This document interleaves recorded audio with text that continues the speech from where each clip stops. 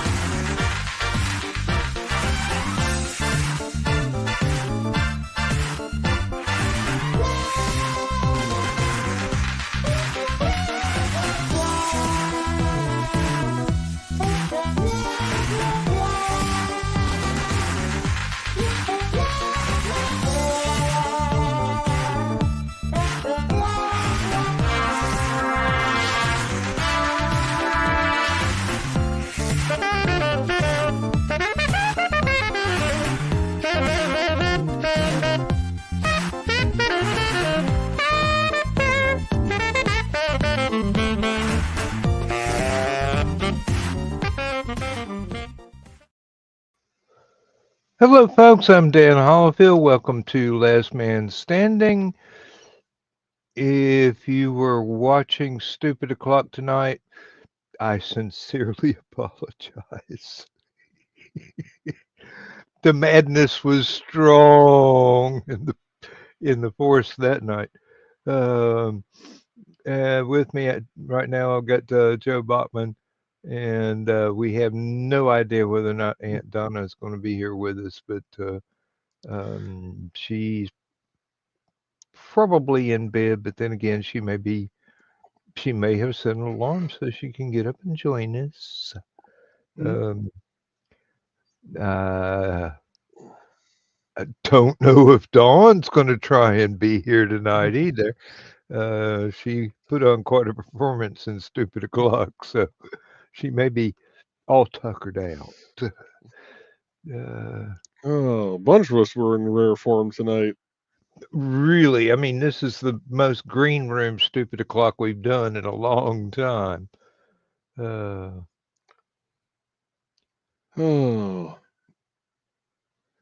was fun though, and I was still productive. So yeah, covered a lot of subjects, told a lot of jokes, had a lot of laughs.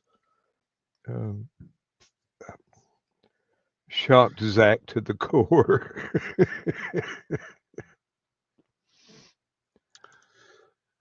yeah, I've been working on. What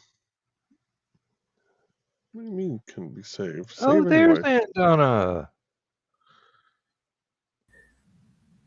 Hey, doll. Good evening. Oh, you might still be asleep. No. Hey, Thesis.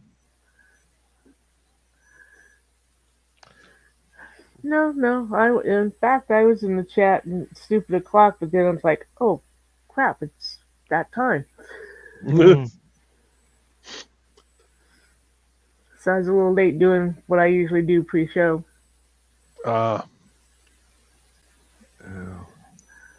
Well, we chased Uncle Carl out early. You know him. He was ready to go to bed early anyway. Yeah. Evening, Thesis. Yeah, I've been working on a flyer for. We have the 55th anniversary of our park this year. We actually just this last summer during one of the Rummage in the Parks events, an older gentleman had stopped by that we had talked to a few years prior, and he had given us the history of Twin Oaks being turned into a park. And it was actually the Marines that did it. Saved the town thousands of dollars because they basically used it as a training for the Marines. Oh, well, that's nice. Town basically just had to pay for like fuel for the vehicles and stuff. But our park was originally the town's garbage dump. I've seen that. And the way they did it as a training for the Marines was apparently the waterway that goes through our park was already there. And that's where a lot of the appliances and stuff had fallen into. So these boys got to tie straps around it, strap it to their back, and pull it out of the water. That's good exercise for a healthy. Oh, yeah. But, yeah, the guy stopped by this past summer and was talking with us again. He actually had the newspaper cutouts from when it was wrapping up. Oh, that's interesting. Yeah. And gave us a bunch of pictures, a bunch of information. So a little bit of history preserved. Yeah. So that's when we found out that we missed the 50th anniversary, but this year would be the 55th. So, we'll just go with it. And the 50th would have been during COVID anyway, but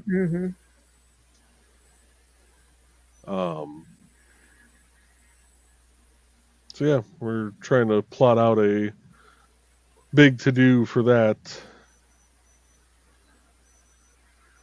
which should be interesting.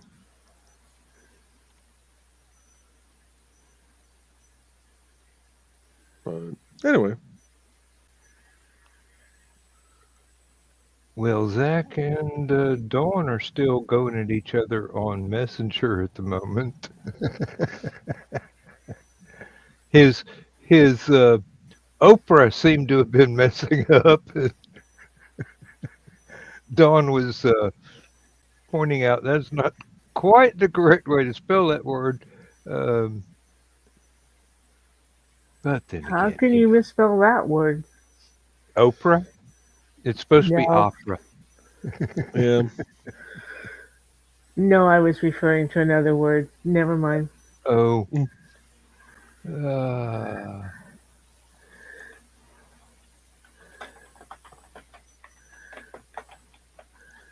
I would like to congratulate Thesis on an excellent show tonight. Very cool show. Yes, very informative. I'm glad he agreed to a two-parter rather than rushing through the other one.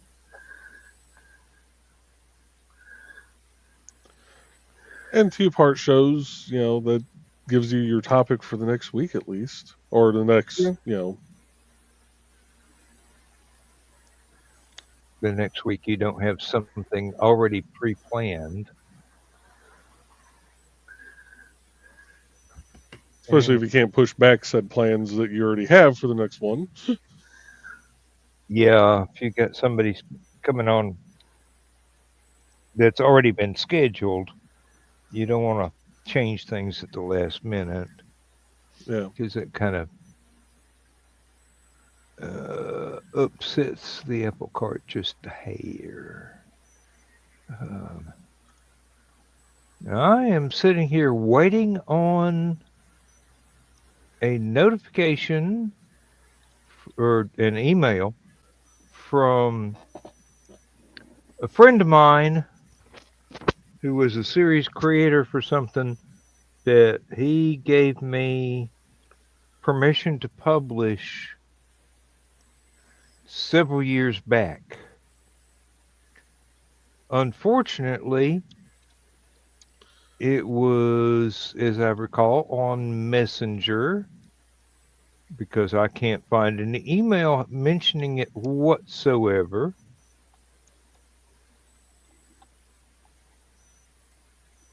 And due to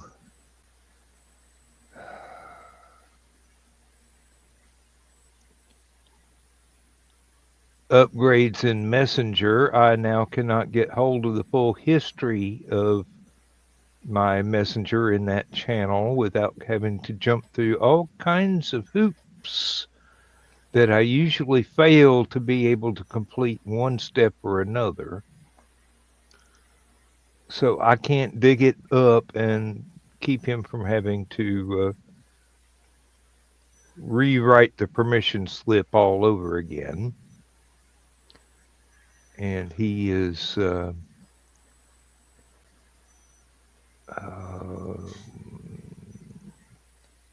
to put too fine a point on it, he's been depressed a lot lately, so he just doesn't want to have to deal with a bunch of things like this.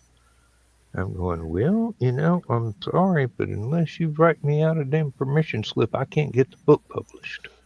Yeah. The publisher insists on a written permission. That way he doesn't have to worry about getting sued. My telling him that you gave me permission is not good enough. Nope. I may have to get Lindsay to message him. That may work. Because they're sometimes they communicate on the same level. It's one of those frantic levels, but yeah. when they're both riding the upper part of the wave at the same time.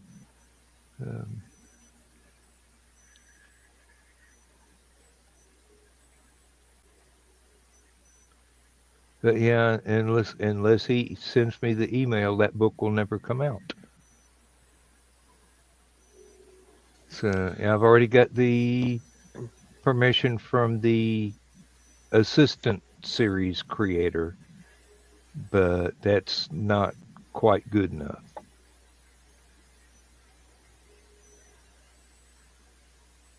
Now, there's no humongous rush on it because my publisher's right now he's concentrating on the Tom Darby prequel, and I've already sent him my mock-up for a cover, which is basically a public domain photograph and text, title and byline and whatnot. I had worked up some really fancy ones while I was still at work, but then I realized they looked like one of those old Sax Romer paperbacks. There's nothing wrong with those. Well, I mean, the ones with the fancy borders all the way around, and yeah, Yeah, I have a few of his books. yeah. I was just trying to stay busy while I was at work. I mean, I'd already done my work for the day, so I had to fill in an hour or two towards the end of the day without actually looking like I was goofing off.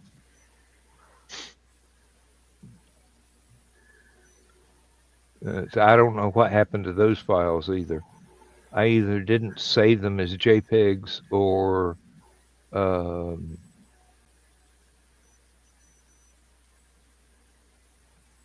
I didn't bother to save them at all, which is weird because I know I printed them out. Yeah.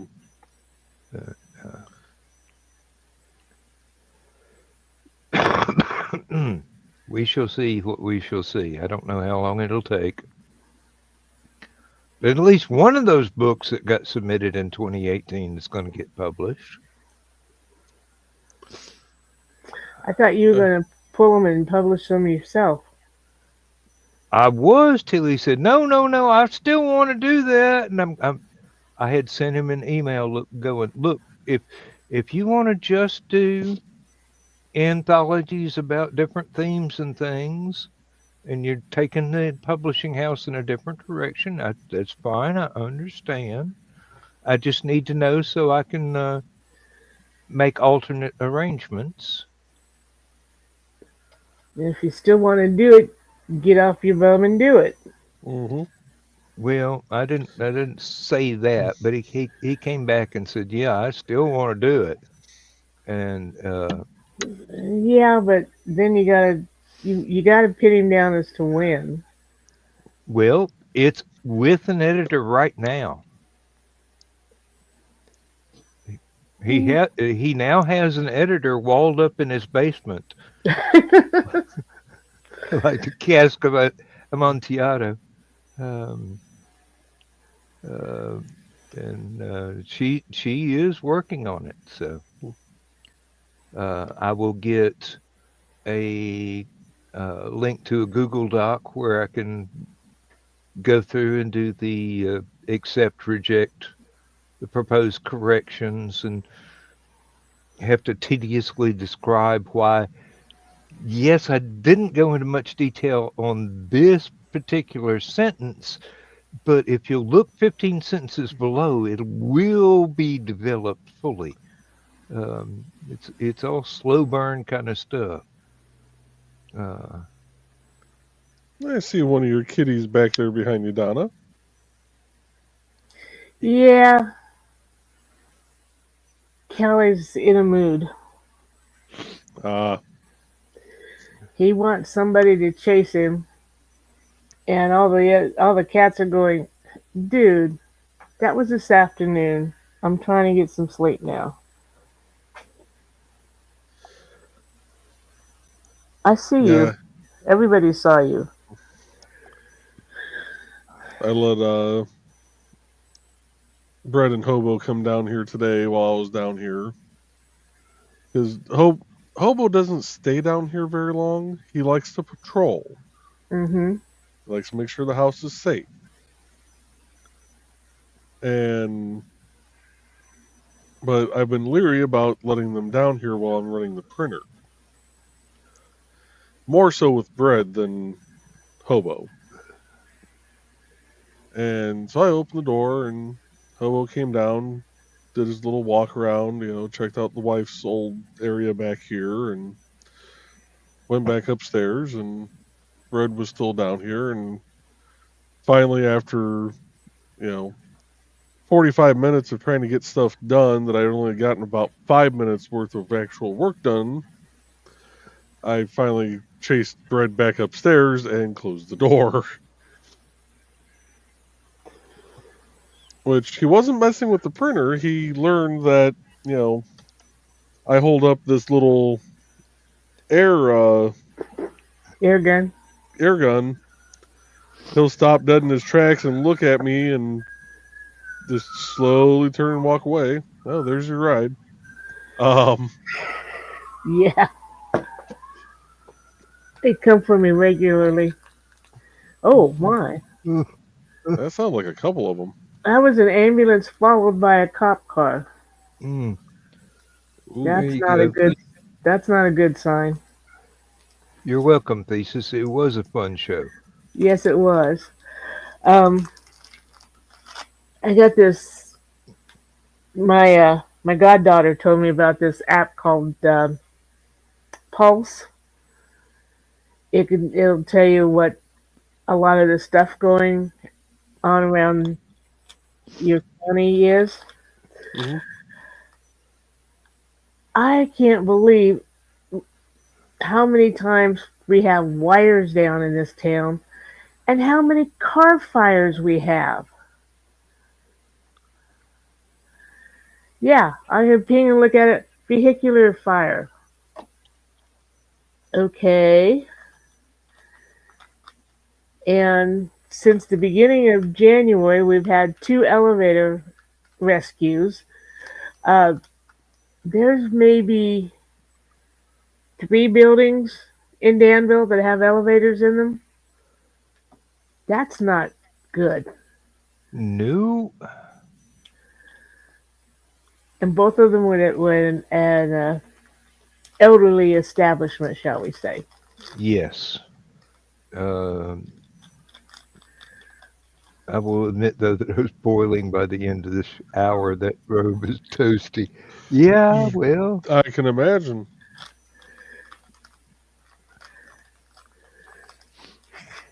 Well, a couple of weeks ago, it wouldn't have been so hot. You'd have been glad for it. yeah. No, we've had some warmer than normal weather after the snowstorm. You're welcome. We thought we'd share. Well, thankfully, I only got a little bit. It's the people from Texas to Florida that got the worst of it. We just had a light dusting.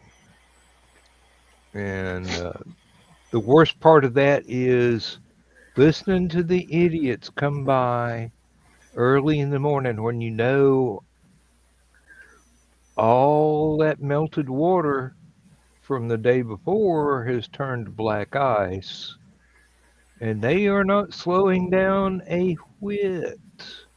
Because they don't know what black ice is. Oh no, they know. They just don't care. Mm. In They that case, they get what they deserve. well, I Yeah. mean, there's an awful lot of people down here that don't think physics applies to them.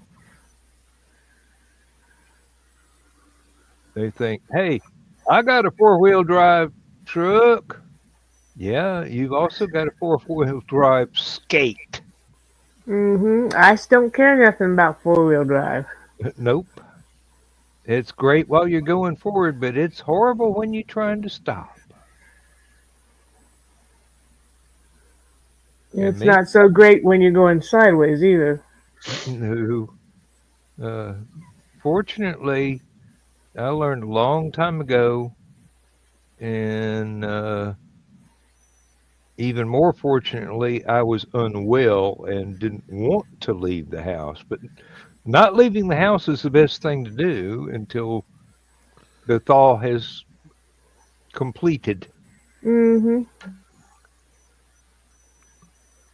'Cause I went out the day after, and there are places where trees overhang the road on both sides.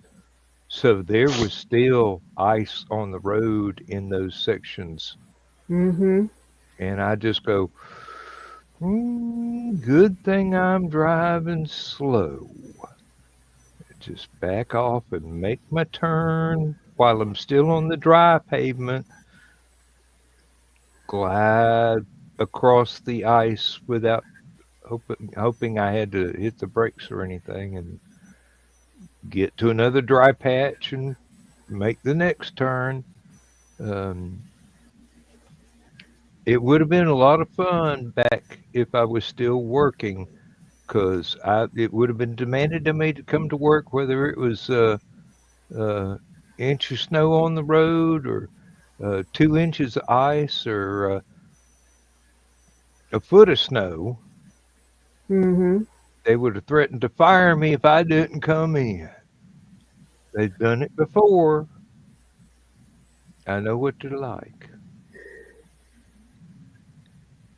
Back when when I was in college, when we still lived up at Rossville, it's about 15 miles north of Danville, and we lived right on Route 1. But you could have 2 totally different systems between our house, Danville.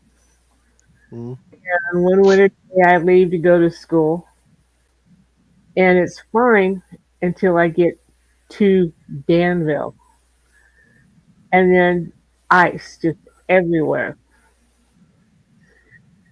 And I had to make a left-hand turn to go over to the school, and naturally had one of those little bitty Chevy trucks, and it slid left and touched fenders with this big old Cadillac. And of course, that's like a gnat hitting a tank, and the guy gets out and it's one of the town doctors, of course, and he's berating this young, what he considers inexperienced driver, who at that time had been driving for probably about 10 years. You shouldn't be in that lane when it's icy. You should be driving on the right hand lane. I'm like, sir, that may be true, But if but you're trying to turn left, I also happen to know that if you try to make a left hand turn from the right lane, you're going to be in trouble. So I was like gave him my insurance stuff. I mean, he thought he was going to cow me, and I'm like, I don't give a shit. I grew up with doctors. You don't scare me. Mm-hmm. Yeah, and my brother worked right off the street that I had to turn on, so I went in there before I went on to school. And he looked at my truck and he's like, yeah. It maybe needed a little paint. And he says, what'd you hit? And I said, a Cadillac. And he's like, yeah. Never heard a thing from my insurance as to this happened and this is what we're going to do. So, no.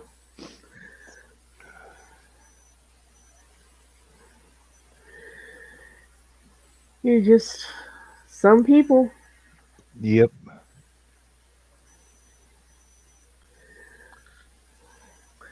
The worst one I ever had was back when it snowed down south in the early to mid 80s. I can't quite remember the year. 83 probably. Sounds about right. Carl and I only been married a couple of years. My folks would spend the winter in Florida and then come back up through Alabama. And they knew I didn't watch TV, but I happened to be changing the tape in the VCR when this snow scene comes on, and I'm like, oh, where's that? Alabama. And I know that it's the day my folks were coming through Alabama. And this is before cell phones. But I'm like, okay, they'll get to someplace safe and they'll call me and let me know. No. They didn't call Saturday night. They didn't call Sunday. They get in Monday and call me. And I'm like, where have you been?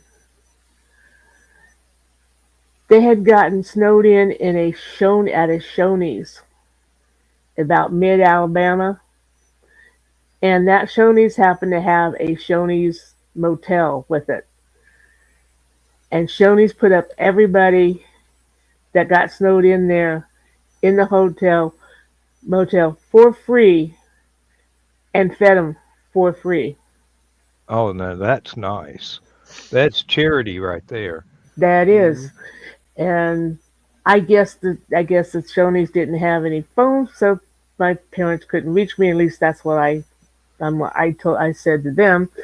And my mom's like, okay, I've said things like that to you when you were out late. I can't say nothing.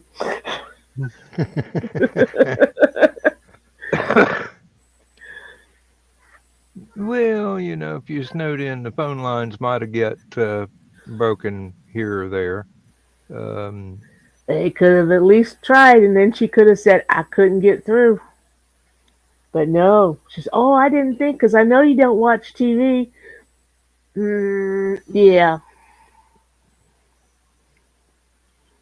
Except when I know my parents are driving through a frickin' blizzard. It was all by accident, but once you know, Yeah. There's this guy that does um, weather reports, uh, fires, and earthquakes. And if there's something bad happening, he's on the entire time that this thing is going to go. Ryan Hall, y'all. And then he's got one that's Ryan Hall, y'all extra, which is got a robot doing the voiceovers that just never shuts off. It's always on, and he admits that unless there's something really bad happening, I'm not going to do live stream or anything. Hmm. But then during the snowstorm down here just recently, he was on for about 18 hours straight on a live stream.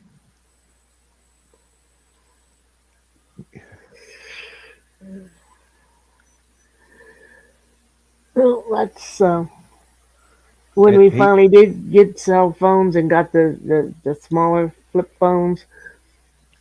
My parents got one and was taught how to use it. It's like you don't have any. Well, okay, no service sometimes back then, but you Yeah, will try. service was extremely spotty at times back then. mm, Oh, and you had to tell them if you were going in a different area. Remember that? That was a little before my time of having cell phone. Okay. activate Get his silver roaming. Don't hair. don't let this silver hair fool you as to how old I actually am, Donna. Yeah, but you're a tech dude. I just figured you'd know.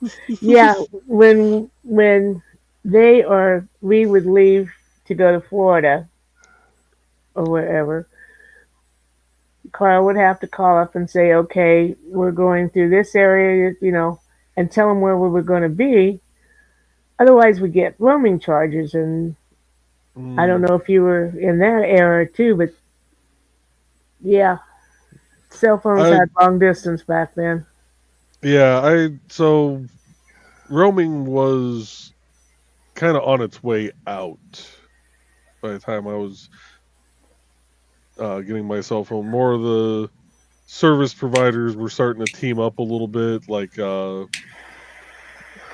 T-Mobile and AT&T. There were certain AT&T towers that I could use as a T-Mobile customer, and it wasn't considered roaming. Hmm. Um, Granted, they locked you down to the old 2G edge network, so trying to look anything up was just this side of impossible. But you could still make phone calls. Um, Oh yeah. I remember those times. my wife's parents' house in La Crosse, I have to be outside to get cell phone service. And well, and that doesn't matter who you have. It can be Verizon, it can be T-Mobile, it could be any of them. They literally live inside of a bunker. I was going to So ask if that was because they had a stone house. yeah, Yep. they live inside of a concrete bunker. So I mean, well, I'm lived. It's getting torn down at some point since the house fire, but I'm kind of surprised we have such good service inside our house because stucco, you're basically saying a lot of stone. mhm. Yeah, I get service upstairs down here in the basement if I'm not connected to my Wi-Fi. There are no guarantees that you'll get through to me. Yep. Uh, we've got track phones, so we can piggyback off of any network that has a tower Mhm. anywhere nearby.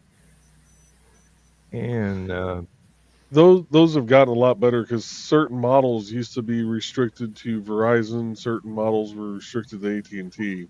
Mm-hmm. But that was part of the deal. They said, look, it don't matter. You don't have to pay anybody else for a carrier service. We got you covered.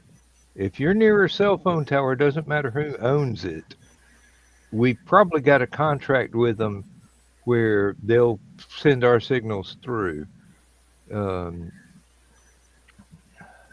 the main problem is that I'm inside a brick house, so concrete block and then brick, Mhm. and there is lots of wire reinforcement in the layers of brick. So it's basically like living in a Faraday cage. Yes, the thing that I keep threatening to put Nick inside of. Uh, You know, you just need to get traded and knit him a Faraday suit. Not sure even that would help. Well, it'd probably be throwing sparks at for no reason. But I keep telling him I'm going to get him one of those grounding pads that, us tech guys are supposed to use when we're working on the inside of computers. And just have him put it on the floor, run the little wire up to the little wrist strap. And, before he gets online, he's got to hook himself up to that, take off his shoes, and make sure his feet are firmly planted on it.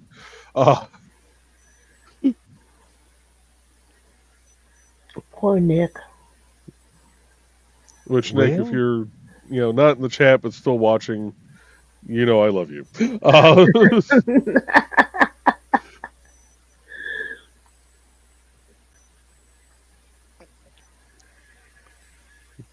It's just if you need more RAM, I won't be able to send, a whole computer again for a while.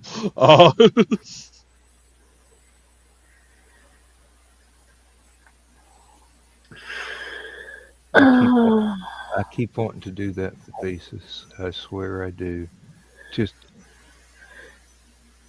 the fastest damn gaming computer that I can afford. That would be nice, but how's that going to fix his internet? It won't, Yeah. but then he'll know it's not him. True.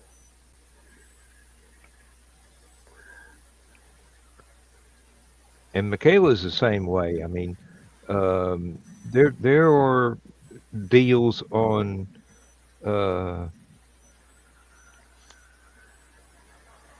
Newegg or Tiger Direct all the time. Well, one of them's gone on to business, hasn't it? Tiger Direct is no longer around. Okay, yeah. Newegg is still around because that's actually where I got Nick's computer from. I get steals and deals from them emails every damn day.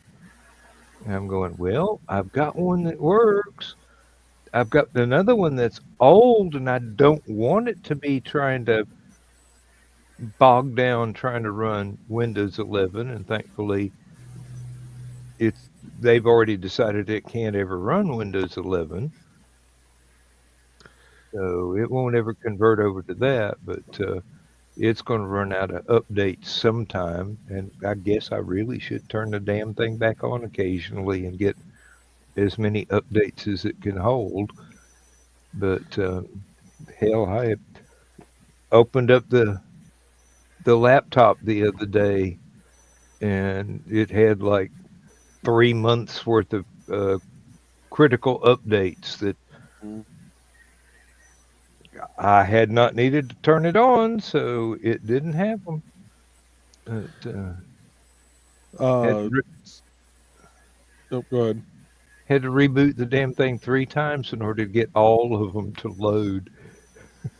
They'd go through and go, oh, sorry, can't do this one right now. Oh, sorry, can't do this one right now. Oh, wow, we can do this one. Okay, it's done. Reboot. And So Tiger Direct was inquired by Insight in 2019. Apparently, you have to request an account for Insight.com. But they're geared more towards business, which Tiger Direct kind of was. They were more the business aspect. Newegg was always more the consumer. Yeah. Well, Newegg has always done right by me. I'll tell you what, I've had good luck with discountelectronics.com. I bought a couple laptops from there that are running great. Knock on wood. So far. Yeah. And then you tell somebody else about it, and they get something from them, and it's trash for them. You know how it usually goes when you when you recommend something. Generally, yeah. Yeah.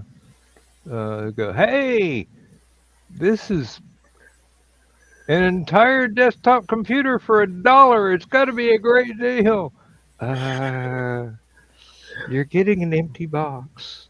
Well, it's like I learned one thing with my first fiance: never recommend a restaurant to a chef. Their food is never up to their what they like.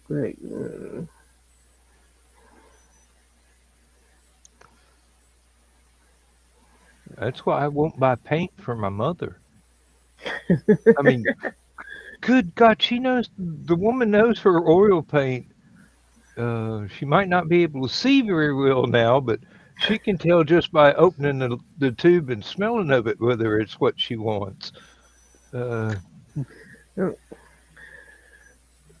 We used to have this restaurant that was very well known for its catfish. Great catfish. Taking over there one night, my folks and I think one of my brothers and his wife was along. Wouldn't you know, he got muddy catfish. Oh. What are the frickin' odds? And the rest of us are, oh yeah, this is good.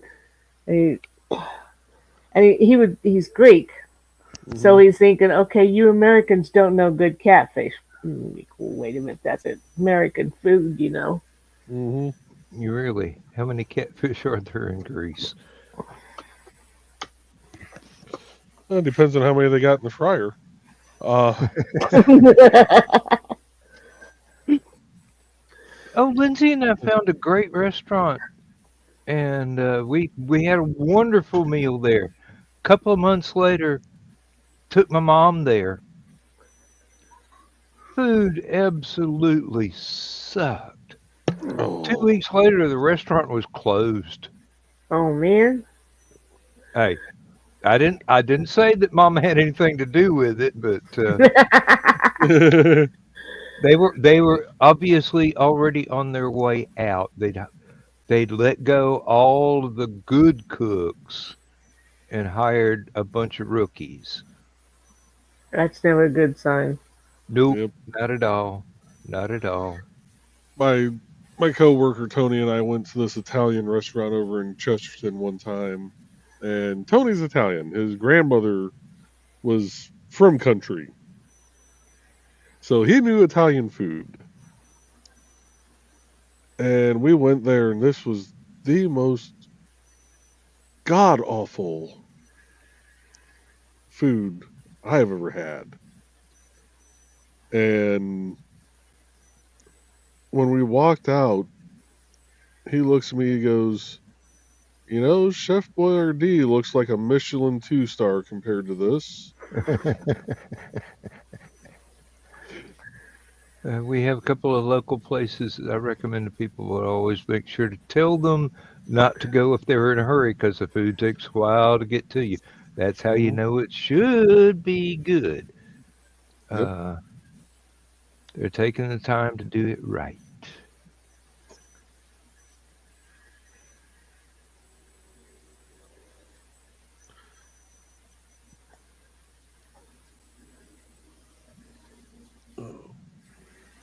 Yeah. Oh, another time.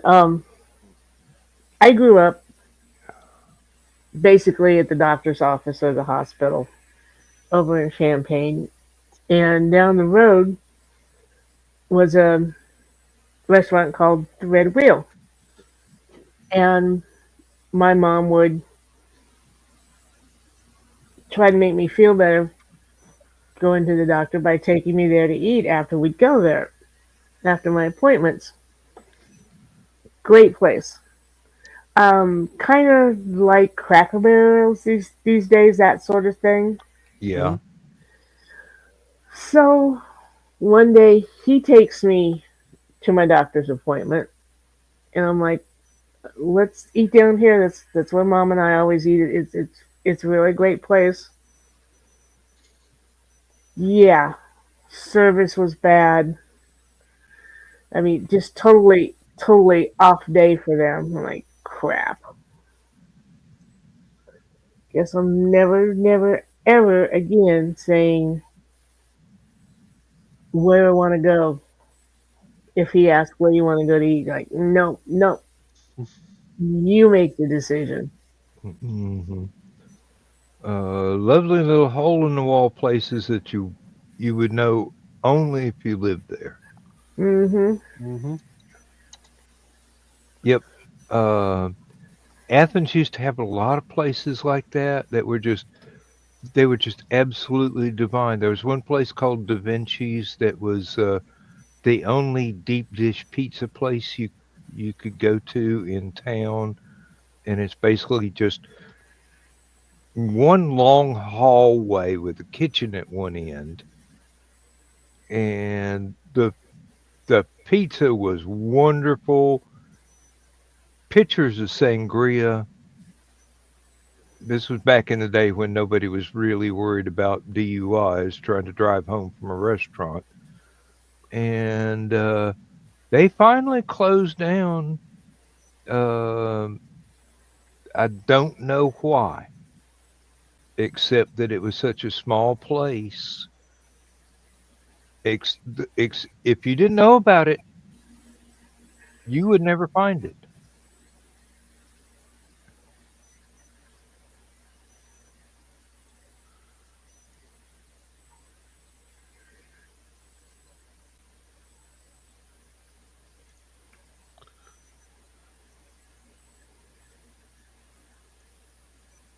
We tried to go to a new restaurant when Chris drove down here for a Georgia football game, Hmm. and we tried to go to this new restaurant that was built inside the old building for the bus stop that Lindsay pulled into the day we met. I mean, this is the kind of sentimental Hmm. location for us, even though it wasn't a restaurant at that time. We got there, it was like a 4 hour wait for, uh, Never go to a new place. well, it was all yuppie seafood. And by yuppie, I mean not fit for human consumption. Ugh. So Chris suggested we go to IHOP. Probably better. It was. We had the whole place to ourselves. It wasn't late at night. It was early evening. Um, Only thing I don't like about IHOP is the mandatory pancakes. Sometimes you don't want a pancake with your meal. You Yeah. know, that's why I like Waffle House. If I don't want a pancake or a waffle, I don't have to order one. Never been to IHOP. My bestie and I go out to either lunch or breakfast once a week, unless something comes up, and we try to spread it around town to the little local places. And we've got one just opened and one supposed to open in April. And it's like, oh, we need to go there, but not now. because I'm sure it's like every other place. Danville, a new place opens, everybody goes there for the first 2 months. Mm-hmm. Yeah. And then and then it slacks off enough to where, okay, now it's time to go. Well, IHOP is kind of like Shoney's, but in a different direction. Dayton and I tried to go to IHOP one time. The parking lot was full. We could see there was people standing in line, and it's like, uh, Okay, well, let's must be find good. someplace else. Let's find someplace else, and then never, never had an Never tried opportunity. again. A couple of times, and it was the same thing. And Yeah.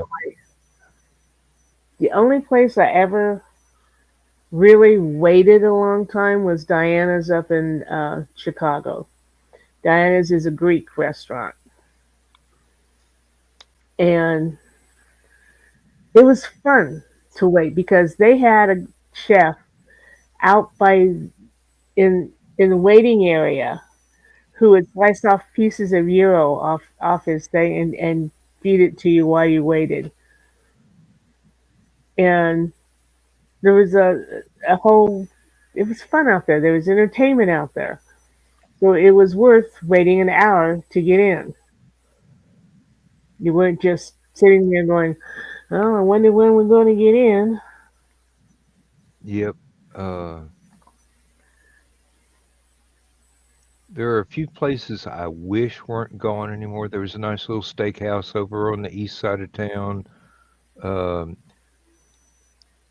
took you a while for your food to arrive, but you knew it was going to be good. Just make sure you order exactly what you want. Hmm. Mm-hmm. That's You like don't. the place the wife and I go to all the time, Tap House. Um, there's times that food comes out decently quick, and then there's other times you're waiting. But there's only one cook back there, and it their kitchen is maybe the size of my office area down here in the basement. Yeah. Like I'm almost certain that the men's restroom might be larger than the kitchen. I'm not entirely sure on that, but it's damn close. Uh, And a wild rich has appeared. Not that kind of wild. Never mind. That would have been the last show. That would have been stupid o'clock. No, yeah, really. Feral, maybe he meant. Uh, Hugger.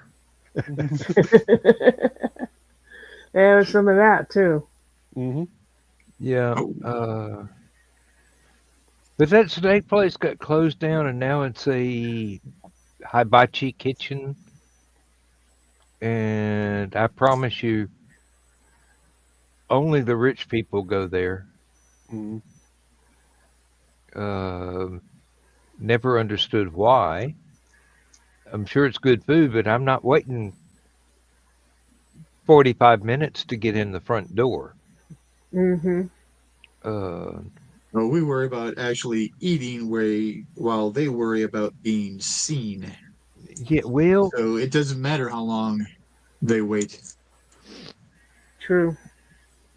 right next door is an Arby's. I will get some roast beef sandwiches and be happy.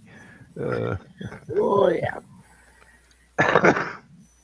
Or what passes for roast beef for an Arby's at least.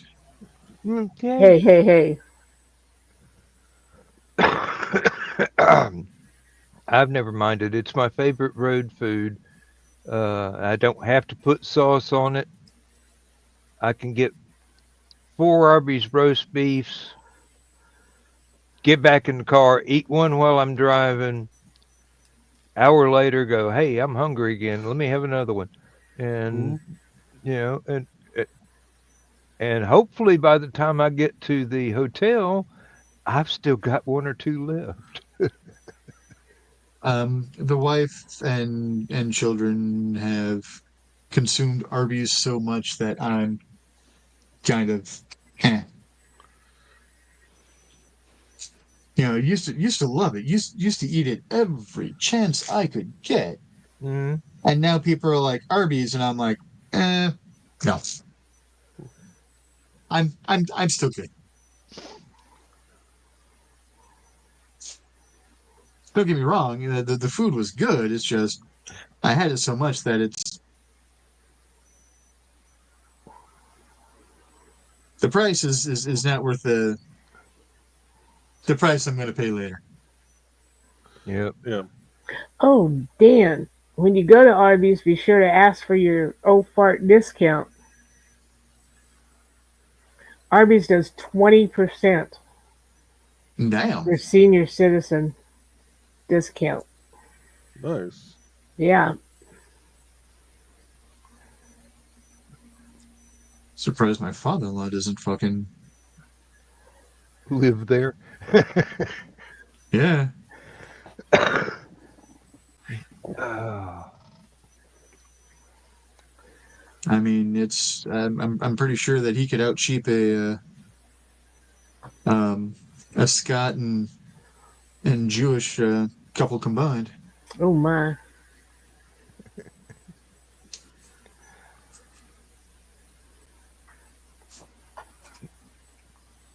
no, we're looking It's forward to he, the.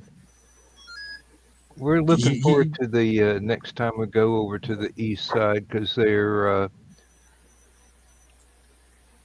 expanding the Kroger, taking up like 8 other abandoned storefronts, including what used to be a Kmart. so they're gonna turn it Wow. into one of the super Krogers. This is going to be an ultra Kroger. As long as they don't close down the original location, just kind of blend it in together. Um, Yeah, they're supposed to do that over by us. Um, and they were within a couple days of breaking ground, and something in the deal fell through. mm. Well, they've already broke ground over here. Um, it's taken them a long time to do the reconstruction and stuff. Uh, I'm hoping that it does just go from the existing Kroger right on down to as far as they've uh, purchased. But then it's like 6 or 7 small storefronts in a Kmart, all of them closed, standing empty. So it would be lovely if it just took up the entire shopping center. Um, it's the same shopping Can't. center my mom and my sister had the art supply store in. Huh. And the lady that they were renting it from kept raising the rent year after year after year till she finally priced mom and Sharon out of the entire business. So mom closed it down, emptied the place out of stock. She's got art supplies out the wazoo. Of course, they're probably all dried up by now. But that particular storefront sat empty for almost 10 years before somebody else rented it and moved into it. That's what greed will get you. Hmm. Yep.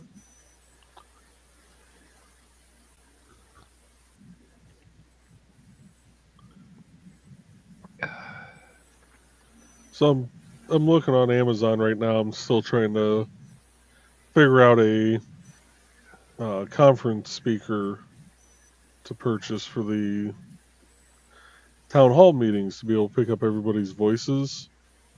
Oh, And of course, we have a holiday coming up, in 2 weeks. We got Valentine's Day.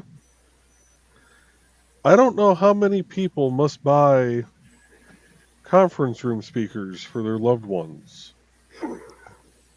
But the majority of these all say, "Arise before Valentine's Day." Because, nothing says you love your significant other more than a conference room speaker. Well, it depends. Do you and said loved one participate in OnlyFans?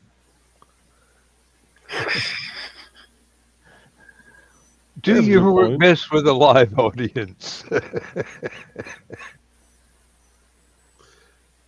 Well, that's when you get the one that has the little lapel mic that you can clip on also. Well, that's when you get one of the owls. This way it tracks your movement wherever you're going in the room. Right? Although, I can't justify that expense for anything. Ugh. depending on what it latches onto to track, some people might be getting seasick. Somebody else Also, going the to camera, read that. long distance polyamorous phone sex speakers.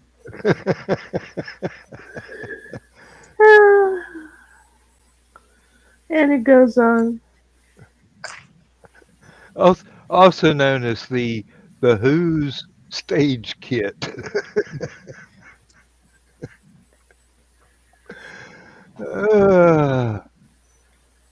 When you absolutely have to share every nuance with the entire world without going online.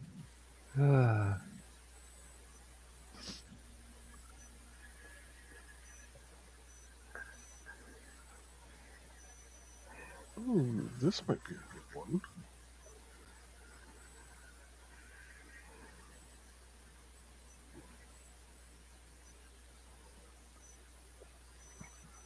Well, y'all would be proud of me. I'm finally replacing the front speakers on my new stereo here because the front speakers are nothing but three sets of old boombox speakers. So I actually got some more Yamahas, just like the ones on the shelf behind me. Trouble is, I've got to clean up my desk enough to stand on it and wire this stuff up.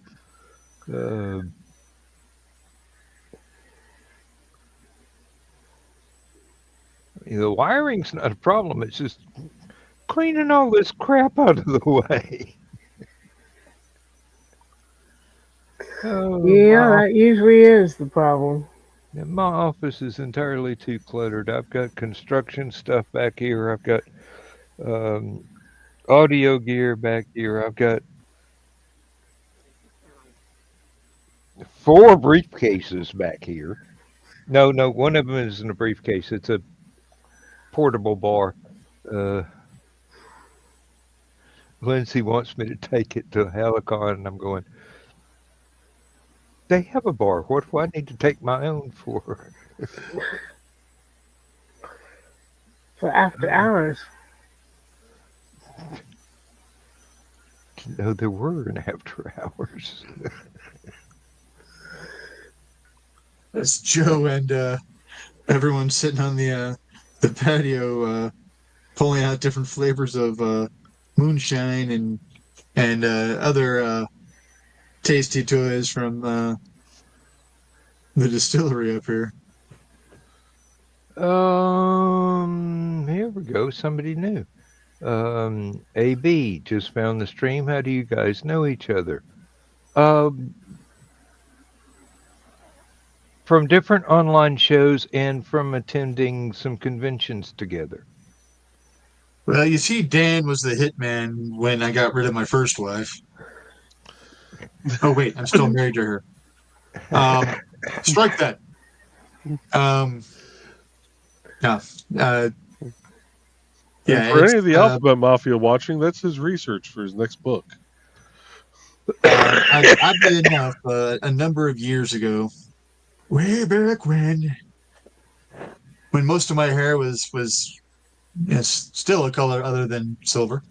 Um, I found an interesting website, Aphelion-webzine.com, and saw a really nifty set of writer's prompts that ended up using throughout the years. Joe and I know each other through fencing, and our sword master came across the other ne'er-do-wells, and I got I dragged do into very watching. well. Got dragged into watching a show, and I'm like, that name sounds familiar. Why do I know that name? And all of a sudden, it's like, holy shit! It's that guy.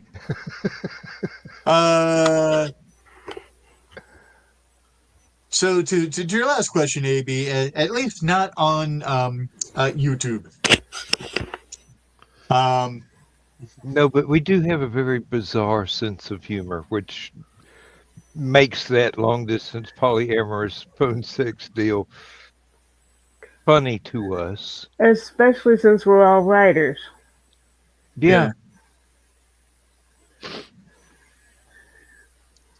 Especially since, my wife is probably in her sleep alerted to the word that I said the word polyamory, and is kicking my ass in her dream. How dare you?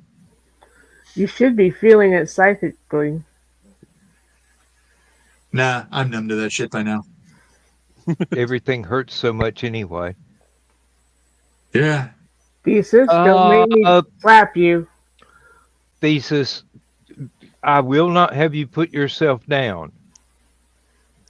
You are a peer with everybody here. Mm-hmm. You may not have the experience yet, but your stories are damn good.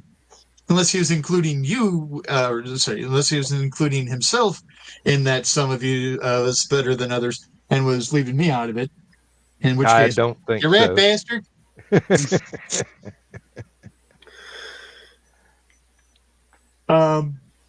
I think it depends on the genre. I know that each of us shine in our own wheelhouses. And speaking of books, Rich. I'm going through a tunnel. Losing signal. Beep beep, Richie. Funny enough, I just before popping over here, got out of a Discord call with one of my best friends from college, and one of the things that I was talking about was needing to go in and finish working on the stuff I need to get everything ready so that we can actually get that published this year. One of the issues that I'm having is one of the reasons that I popped out of the main channel of the Green Room to talk to Carl for a little bit last night. So, so it's I needed his professional advice on a couple of matters tangential to writing. Okay. If you get my drift. Okay. So I am working on it, and the doctor's appointment I had on Wednesday is part of getting everything in order to try to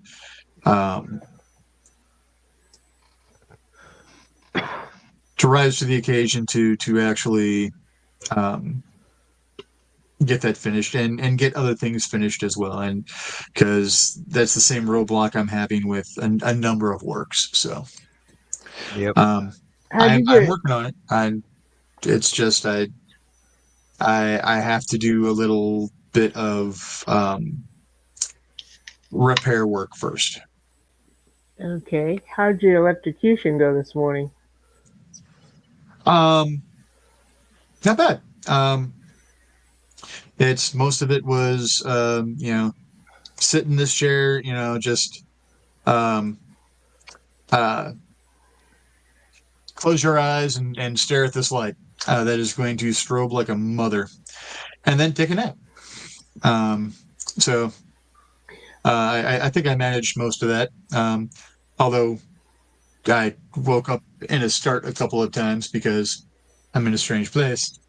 But yeah, it was over and done with in half a heartbeat, and Close your eyes and stare at the light. it's a very bright strobing light that you can see very clearly with your eyes closed. Yes. Okay. I understood it implicitly. Yeah, you don't want to be looking at this with your eyes open. I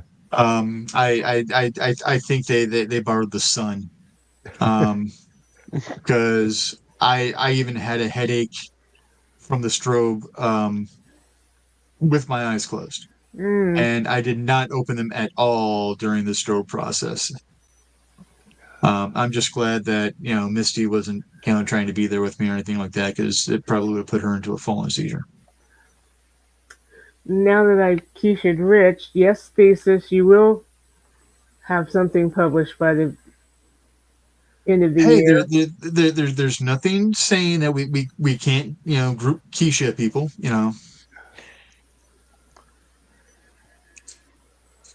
Yep. The verb has been expanded. It's not just Keisha anymore. It's gang Keisha. Well, we promised Foxy that we would Keisha thesis, and he needs to figure out which one it is. So get to it, boy. Aunt Donna has spoken. And I just keep flying right under that radar. No, you don't. I remember. But does Pepperidge Farm remember? I don't give a about Pepperidge Farm. Somebody owes me a story I never let go. And what will Joey be working on this year? Take your pick at this point. My main goal right now is getting phase 1 of 2 different apps out. Okay. I've already picked on Dan. But I do have a short story that actually pulled up on my screen right now, that I'm working on for Aphelion. That's what I like to hear. I'm at 596 words. Well, no, I nice. take that back. I'm afraid I fired my shot with the one I sent. I'm at 573 words. It was a very good one. Mine? Yeah. Well, yeah, but that's about all I've got that could fit an Aphelion. Yeah, science fiction, fantasy, horror.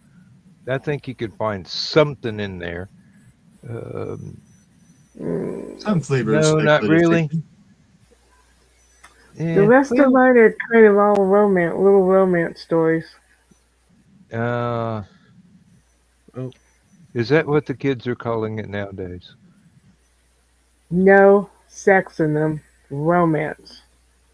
I am capable of that. I don't get right. Oh, definitely. I have heard stories. Yes, you are capable of that. Stepped right into that one, didn't I? So the writing. See what happens when you leave me and Uncle Carl drinking alone somewhere? Anyway, yes, Joe. Quickly, Joe.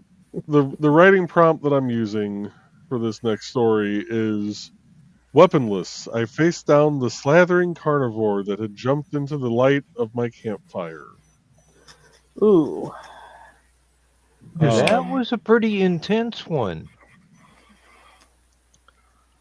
And okay, I gotta get this to stop. There we go. I don't think anybody's used that one before. So the way I'm starting this off, there are many stories about a ghost in these woods. Much like the Bermuda Triangle, many people entered these woods, but very few came back out. The few that did come back out talked about a monster in the woods that moved like a ghost. They said that you could feel a presence watching you, but no matter which way you looked, you would never see it until it wanted you to see it. Search parties would go looking for the missing people during the day, but all they would ever find is a destroyed camp with the occasional trail of blood. The camps were scattered all over the woods, but no camp would ever be attacked within 100 feet of the perimeter.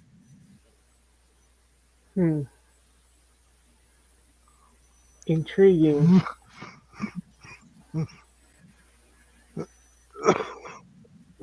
Boy, my lung capacity has gone down since I got this flu.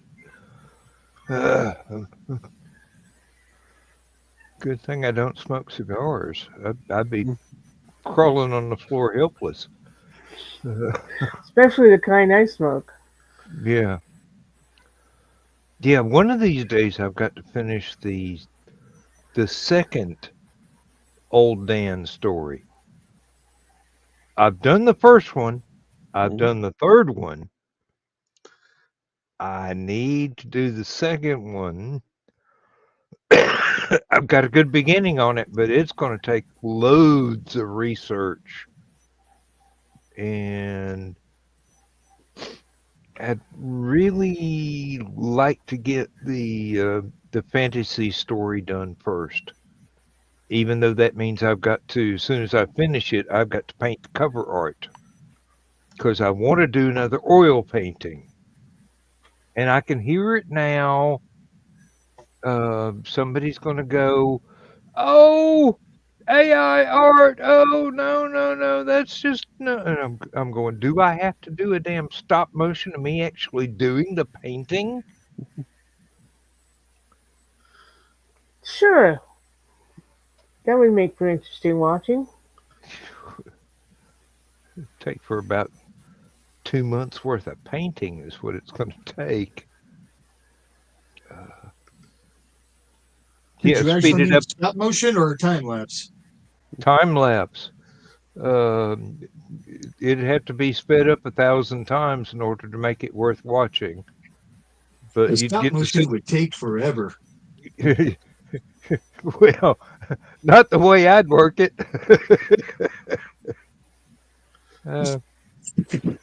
Brush stroke. Stop the camera. Start the camera. Brush stroke. Stop the camera. And that's just on the damn cat's fur. No, I want to do another oil painting the way I used to, just hyper focus on getting the color balance right, getting the every nuance. I mean, I want this cat to look like he could reach out and stroke its fur. I want the crow to look like you can see all the highlights of its feathers. The background, that'd be the quick part. Because that's all made up shit from the story. And I've already got a couple of photo prompts of one building I want in the background, way far background, and the rest of it's just going to be vegetation, and then the cat and the crow. And if you know that damn meme that was circulated several years ago, you know exactly what it is I'm trying to do. I wish I could find somebody to give credit for the photograph for, but it all just goes back to meme masters everywhere bouncing it around. It doesn't say who took the original photograph. Not anywhere. I'm very sorry, but I hate to not be able to give attribution to the photograph that inspired the whole thing. But I'm not using the photograph as anything but models for the painting. So I can get away with it. It's not like I'm stealing somebody's photograph.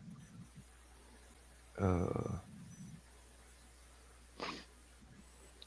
I'd just rather be able to give attribution to whoever it is that took the original photograph. It's lost in the mists of the internet. Trying to figure out what the hell I did with my stack of writing prompts. I knew that was what you were going to say. Um, have you looked in your hip pocket? I would feel that in my hip pocket. Yeah, that is quite a stack of cards there. Yeah. Huh. That is odd. But I've been doing bouts of cleaning off my desk and stuff like that of late, so it's got lost in the shuffle.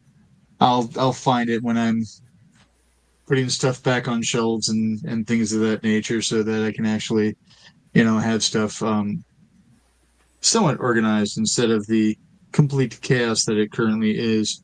And holy shit, did I actually grab just one more ring than I actually needed? That I to finish the bracelet, I pulled out a bunch of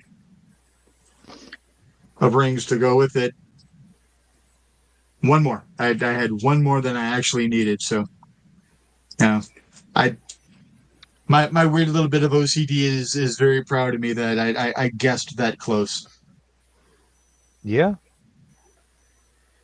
Find it when you're not looking for it, like that note you found on Friday night. Come here.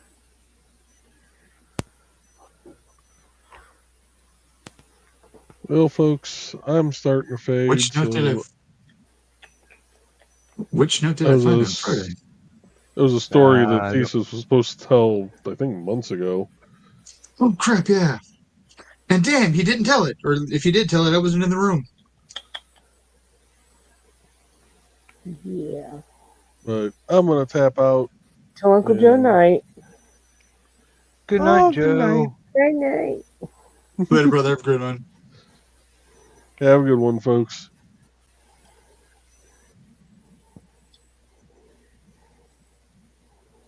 Let's see, how long have we been running here?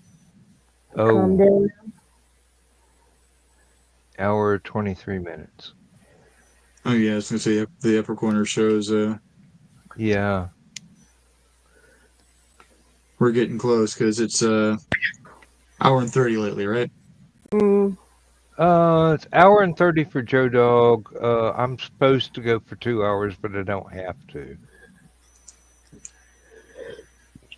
I know this is your show. You can go exactly as long as you want. mm-hmm. Yeah. Or I could wait until all y'all leave and sit here and show my bald spot to the audience for another 18 hours. Of course, Lindsay would worry about me. But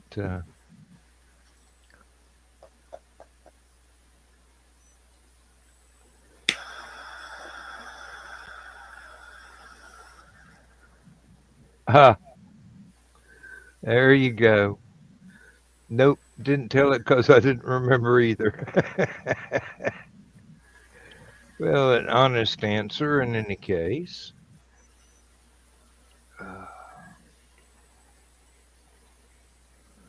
And Thesis, I wish you'd quit putting yourself down. This is one of those things, just like we've helped you with your confidence in your show. Let us help you with your confidence in being a writer. Take compliments, damn it. Especially from people whose opinions you matter to you.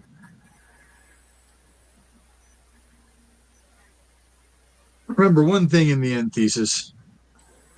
Yeah, everyone gets a vote, but you're the one that gets to count the votes.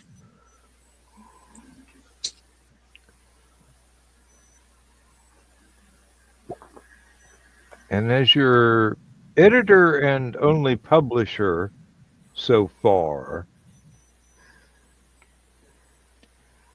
my opinion pretty much trumps yours. I haven't, believe me, thesis sends in submissions that I almost don't need to edit. A few punctuation things, one or two run-on sentences.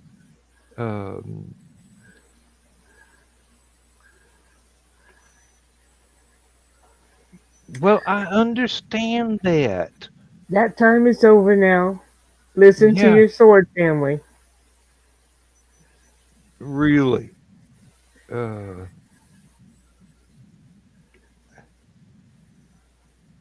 When somebody sends me work that is damn near flawless to start with, Richie,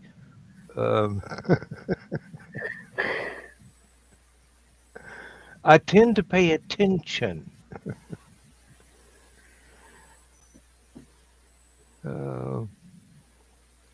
Foxy, same thing.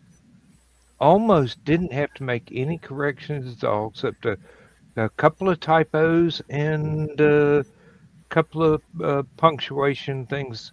Don't remember if it was the wrong thing in the wrong place or if it was the right thing, but it was in the wrong place. Couple of run-on sentences because you think very fast.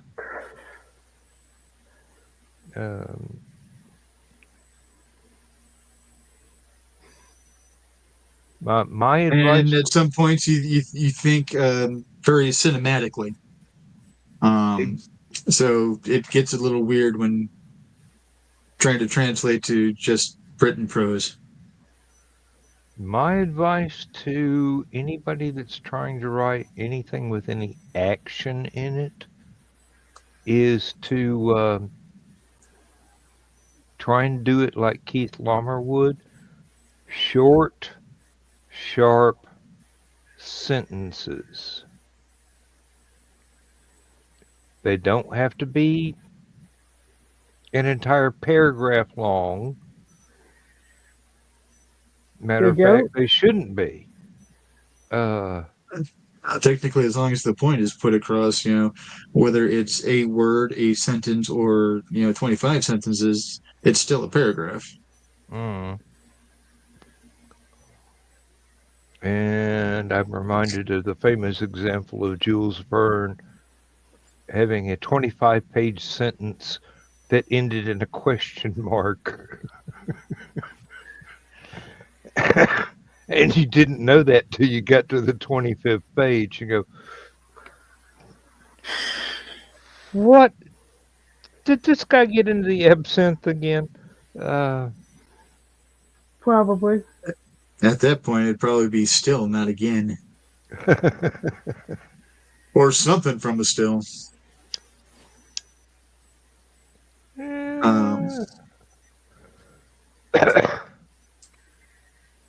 I mean, the man wasn't perfect. He was a bit of a racist and was really fond of run-on sentences. But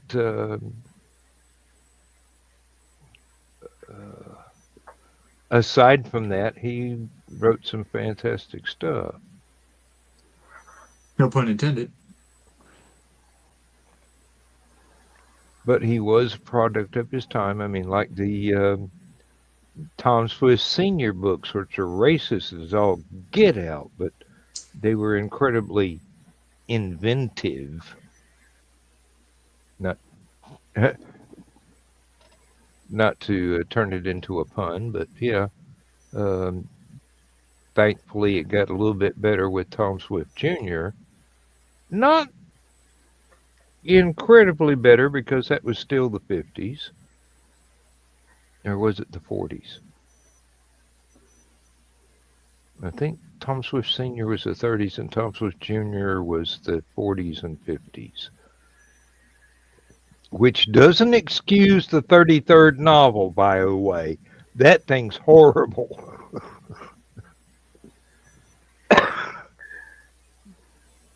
The only reason I've got it is because I'm a completist. And that cost me more than the rest of the damn collection combined.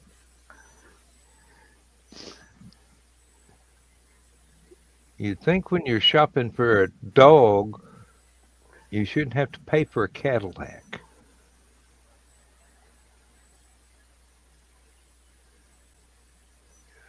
Okay. Oh no, the 33rd novel is really bad. It is really bad, and everybody knew it was really bad. That's why it became so rare because there weren't that many copies bought to still be in circulation. It's also a case of the fact that it's such a rare dog. You know, that's why you're paying the premium price. Mm-hmm. When there's only one of this mutant variety around, you're going to pay through the nose. Yep. Just don't go to Melville writing over explain minute details. Reading Moby Dick was the biggest slog I ever had the misfortune of going through. Even worse than Hemingway.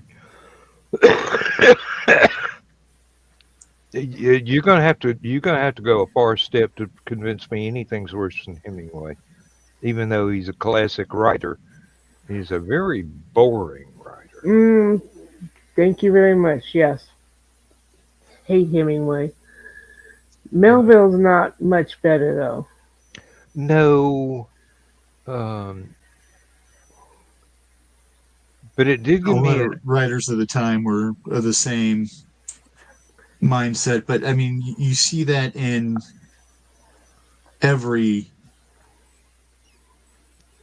era of writing. It's if you look, it's although I believe Verne came a lot earlier.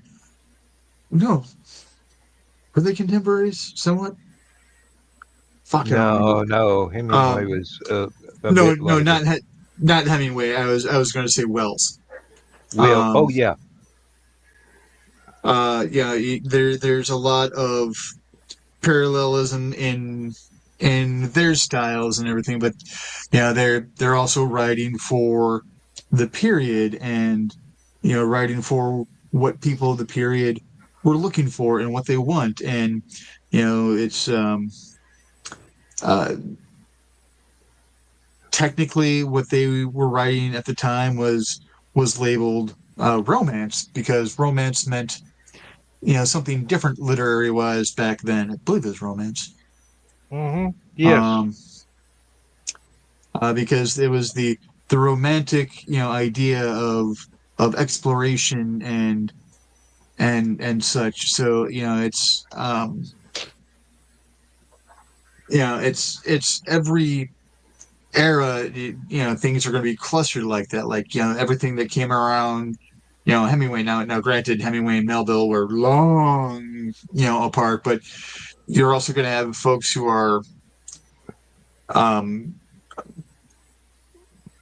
mirroring things of the past that they really enjoyed. So, you're going to have folks today who are going back and looking at Plato, and I believe it was Plato that was pushing the theory of Atlantis and all that stuff, wasn't it? Yeah. But stuff that that Plato put out there, people are going to be very, oh hey, let's go here and you know, every era is going to have folks like that, you know. Hmm. Do people still do the letters back and forth to home sort of novels? Sort of like the sort of like Um, Dracula. like the Dracula and the beginning of Modern Prometheus, Frankenstein, Yeah. or Frankenstein, Modern Prometheus. Um, you see them every once in a while. Um, you might see them as a prologue type of a thing here or there, or I think some writers choose to use them as a a way to exposition dump without trying to Exactly. bog down the meat of the story itself. Um, but I don't know how many people of today's audience is given enough of a fig about it to worry about, you know, what happens when you cause an exposition dump and all that craziness. Well, that's kind of the way I wrote Fly-by-Wire, which is the one I'm waiting desperately for someone to give me permission to print. Uh, it's got an, ooh, that is nice. Mm-hmm. It's kind of action letter from home, action newspaper article, action political speech on a teleprompter, action, you know, just back and forth, just tying things together, making it more personal. Uh,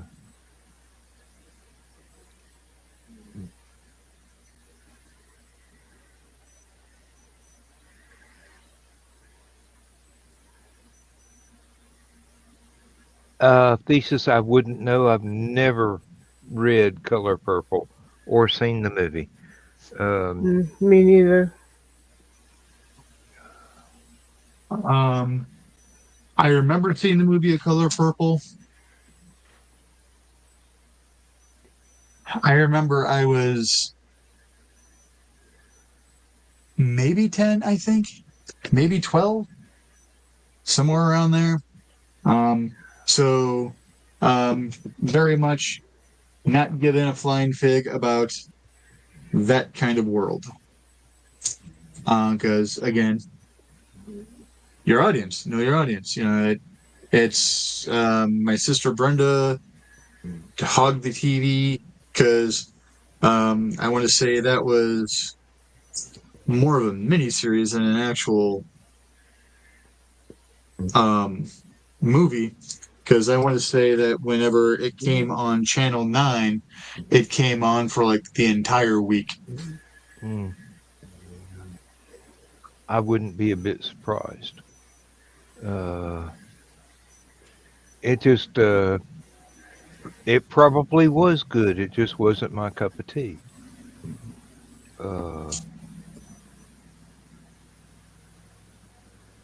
I don't remember exactly what time period that was, but I was probably more interested in Blake Seven and Doctor Who and whatever Star Trek was current at the time. My sister Brenda wanted to watch it just because it had the word purple in the name. Because purple is her favorite color. God, I don't even want to count how many times I had it. I've sat through it, but I've never watched it. Prince's Purple Rain. Oh God, no. That was a good movie. But Brenda, you know, I was content to see the 2 or 3 music videos that came out of it. That was enough to convince me I didn't want to watch it. Oh, I enjoyed it thoroughly.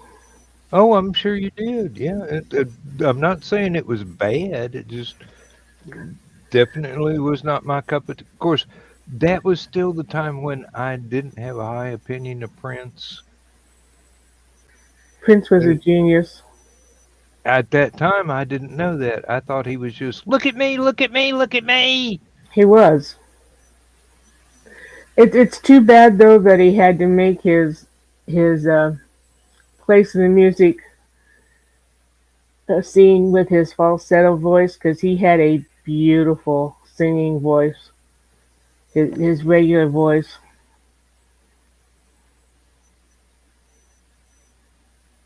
He was definitely something else. Mm. I mean, the music videos on MTV didn't even make it look like he knew how to play. It was all just, hey, I've got some half naked chicks behind me. Watch them. He And of course, knew his own assless chaps. he knew what sold. He was a good salesman. But yeah, he played. I think it's 26 different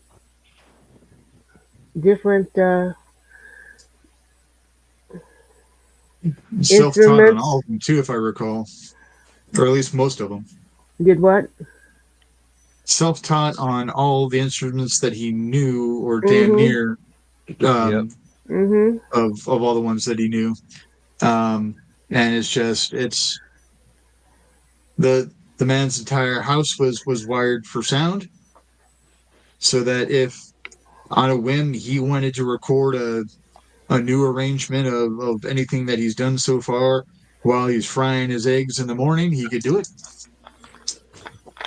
Um, Even his Sounds like bathroom was something wired for Neil sound. Young would do. I mean, But yeah, it's okay. Neil Young had a speaker set up outside in a couple of his barns where he could go out in a rowboat in the middle of the lake and listen to his music, something he just recorded so he could proofread it out in the middle of the lake. Yeah, well, Prince was doing it to actually record. So I mean, he would record stuff at odd times allegedly, and apparently he was fairly strange. Not just from what we saw in the music industry with changing the name to a symbol and all that crap, and apparently that was a thing to be able to get his copyright back and Yeah. or stuff like that. And I understand that that's kind of cool and what have you, but yeah, it's he sometimes would be like, hey, I want a camel. Prince. It's you know Mhm. the middle of nowhere at 3 a.m. in the middle of winter. Camels are not available. I don't care. Get me a camel. Oh, word is too that all of his albums are all him. He I can believe it. Yeah, he yeah. there are He was a plenty of perfectionist. artists like that. I mean, uh oh thesis. You have a mental connection between Prince and Batman. Hey, don't get me started on the horror that is Bat Dance. I have the Batman CD in the tin, the little round tin with the Batman signal on it. Symbol, not signal. Sigil, symbol. In Whatever. this case, they're both accurate. Um, oh,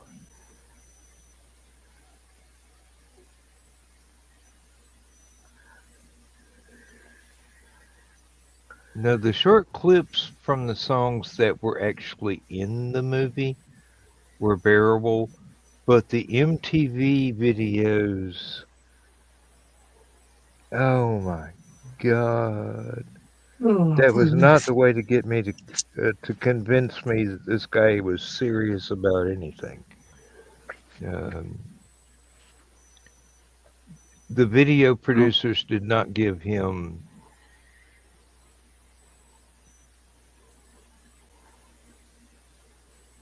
a very good image.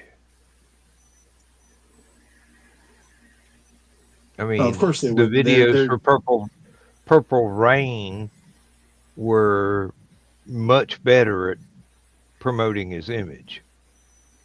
I honestly think that they were trying to sabotage him so that basically,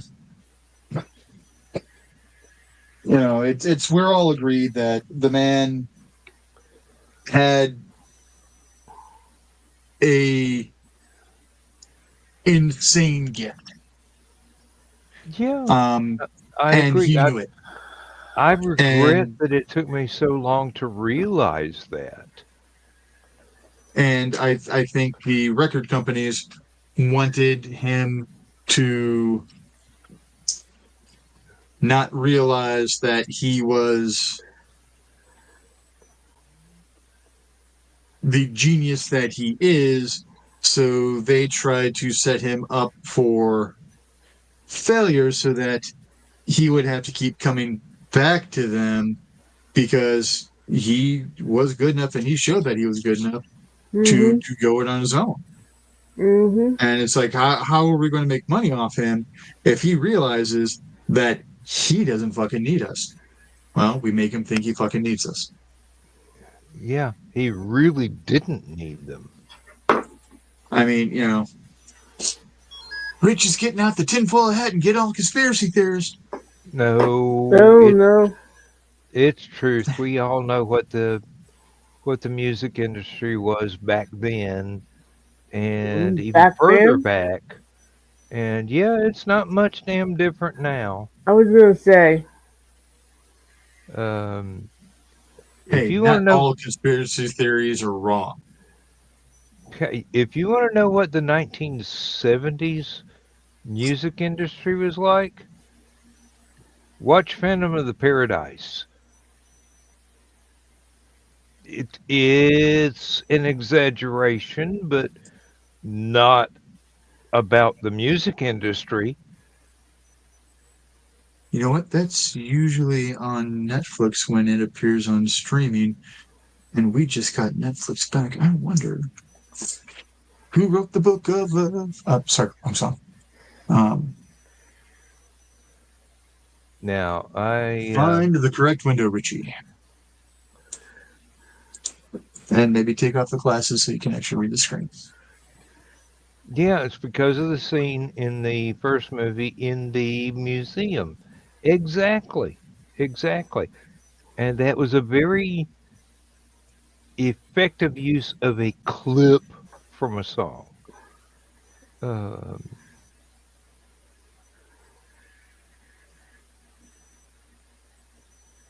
Like I Oh, said, sorry, I logged into Netflix. The first thing I see is something with kids, and it's talking about Squid Games. I'm like, the fuck?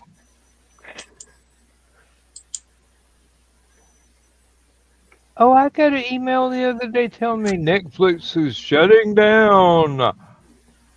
So I immediately leave that email and go over to my Netflix account, and it's perfectly fine.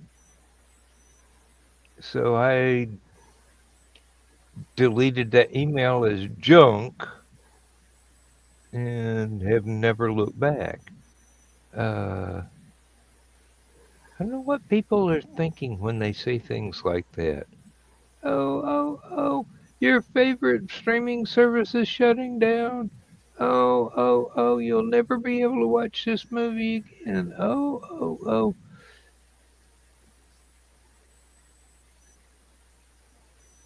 I know it's They do clickbait, but they do it to disturb controversy. They do it to, well, one, find out who are the the sheep out there, and yeah, and I'm using conspiracy theory terminology, but there are people out there who are sheep. It's Tommy Mhm. Lee Jones had the speech perfectly right in the first Men in Black. You know, a person is smart. People are dumb, panicking animals. Um, but Yeah, I see that you in know, politics all the time now. I was about ready to say that right there. That's how we get so many of the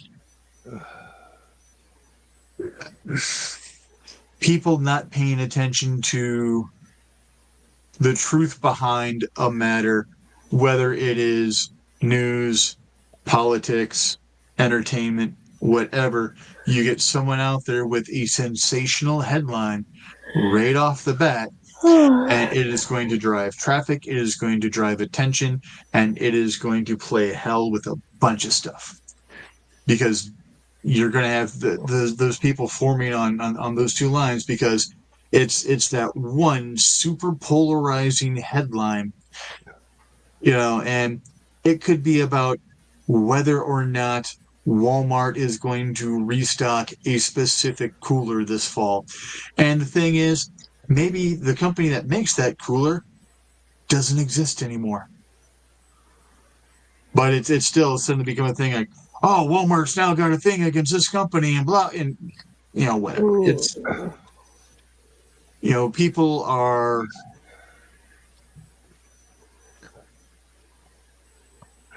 Dumb, panicking animals. people are profiting, and they're targeting, and they're using psychology very well to divide us so that we are too busy bickering amongst ourselves and we don't see the machinations going on behind the fucking curtain. Yep. Hang on a second.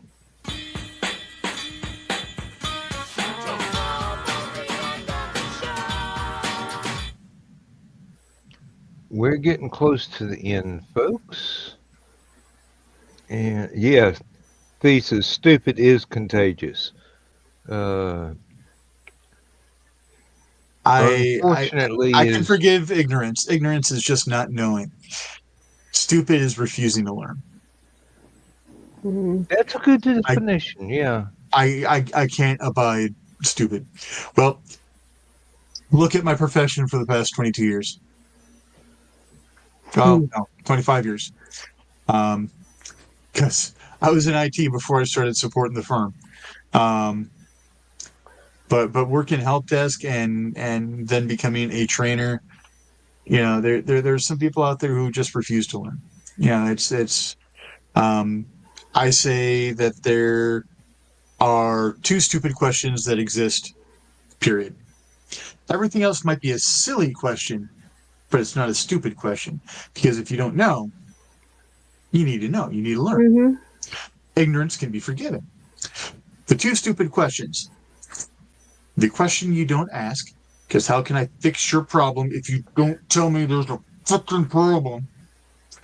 And the second one is the question in which you ignore the answer to. If you break your leg, you go to see your doctor says, we got to put that in a cast. You can't leave on your skiing trip tomorrow. And you say, screw it. You go to your skiing trip anyway and do not bother fixing the broken leg. The extra damage that ensues is on you. Mm-hmm. There's a huge difference between the people that believe they're too smart to ask questions and take advice, and the people that just have never encountered this particular kind of problem before and don't know how to deal with it. And then there's also people that are afraid. And I of course support an industry where I get more of that kind of individual than the other stuff. And the reason for that is for those who don't know, it's I support the legal industry. I work for a law firm. When it comes to attorneys, they view someone who does not know something as being weak. Not everyone, but a lot of them. Some of them, it's only going to be, going on in the back of their mind because they'll be like, okay, they don't know this, they don't know this, they don't know this. All right, this is how I'd win against them. Should we have to face each other at trial or something along those lines? A lot of attorneys think that way. A lot of attorneys feel that way.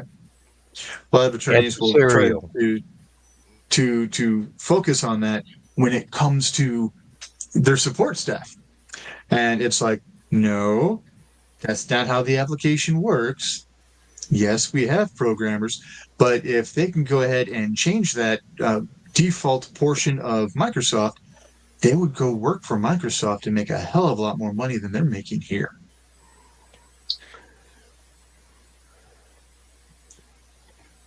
And with that rant, Yeah. I feel like I should be putting on the Gilda Radner glasses and going, sorry. Carry on. Never mind.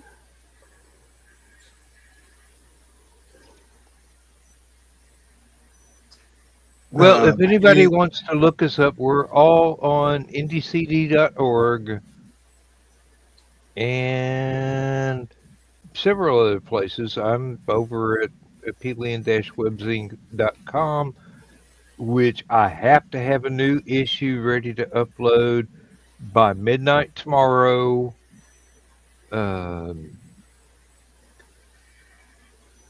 It's the beginning of a brand new year. We just turned 28 years old as a online permanent floating writers workshop, basically.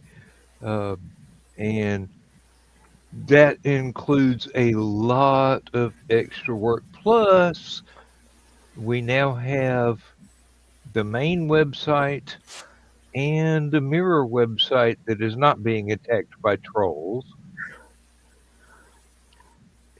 which doubles my workload.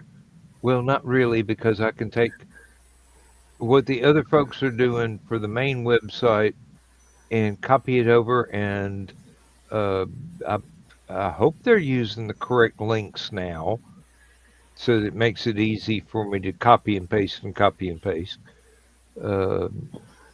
But if they're not, it increases the workload here, and I've got at least 5, maybe 6 stories that I've got to download from an email and edit and upload.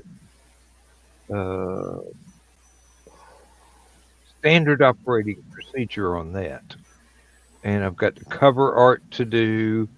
I'm not going to do a fancy 28-year thing like I did for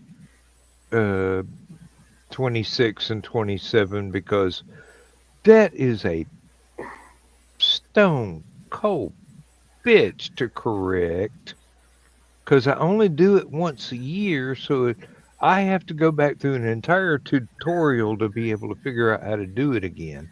And I'm just going, no, I don't have to. I can just do it as a normal text and a graphic. It'll be fine. If I want to fancy it up later, I can do it next month. I've been sick. Cut me some slack. Okay. Say goodnight, Gracie. Oh, good night, Gracie. We've only got 15 seconds left. Well, folks, thank you very much for your time. Thank you very much for your attention. Thank you very much for being here. And go good, guys. Night all.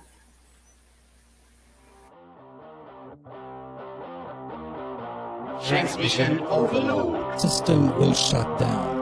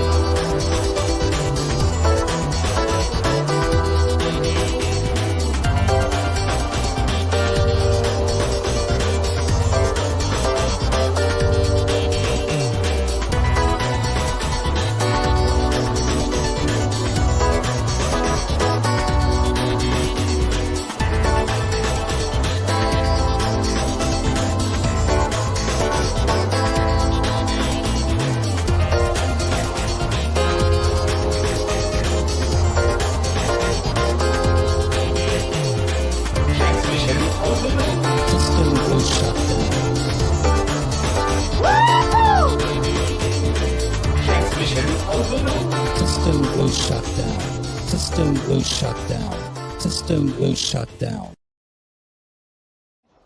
Hello, I'm Dan Hollifield. I'm the senior editor and publisher of Aphelion Webzine, the world's oldest free creative writing e-zine since 1997. Since then, we have helped over 500 amateur writers learn what they needed to turn pro.